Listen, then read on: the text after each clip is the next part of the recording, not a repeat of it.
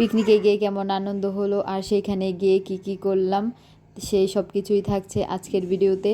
So hello friends, welcome to my page. আশা করছি সবাই অনেক ভালো আছেন, আমরাও ভালো আছি। আজকে সবার সাথে শেয়ার করব আমাদের পিকনিক ডে পার্ট 1। তো প্রথমে আমরা লোকেশন অনুযায়ী চলে গেলাম উত্তরা দিয়াবাড়ি।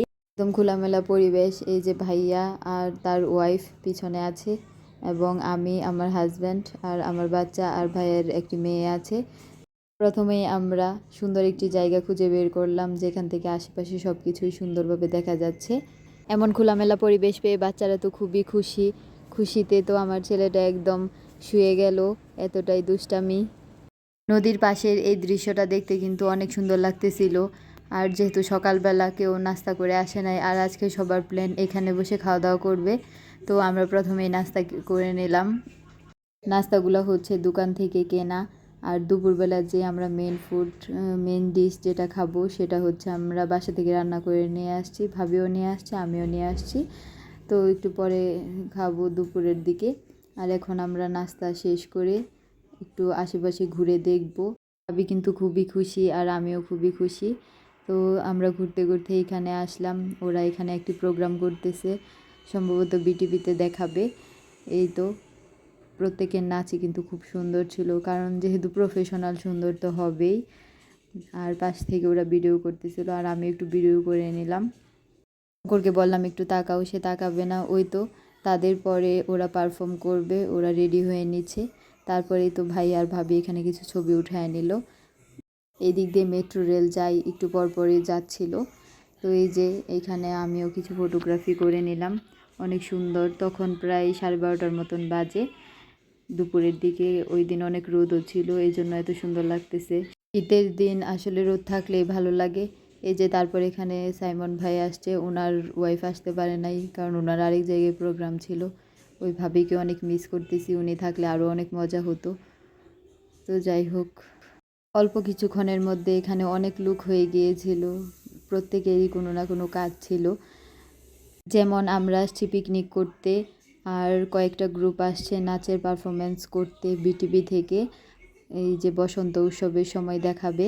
তাছাড়া চট্টগ্রাম থেকেও কিছু গ্রুপ আসছে আর সবাইকে একরকম সাজে অনেক সুন্দর লাগতেছিল। তো একই রকম সাজ, তাই সবাইকে দারুণ লাগতেছিল। আমি ওদেরকে একটু ভিডিও করে নিলাম। আরেকটা গ্রুপ আসছে কক্সবাজার থেকে, আর এখানে আমিও কিছু ভিডিও করতেছি, কারণ যেহেতু জায়গাটা অনেক সুন্দর এই জন্য আর মিস করি নাই, ছবিও সুন্দর আসতেছে, তাই আমিও কিছু ছবি তুলে নিলাম। ওরা আসছে কক্সবাজার থেকে, ওদেরও নাচের প্রোগ্রাম আছে। এই যে রূপঙ্কর, ও একটু লজ্জা পাচ্ছে, এই জন্য ও একটা ছবিও তুলবে না। বাচ্চারা দিন দিন বড় হলে মনে হয় লজ্জা বেড়ে যায়।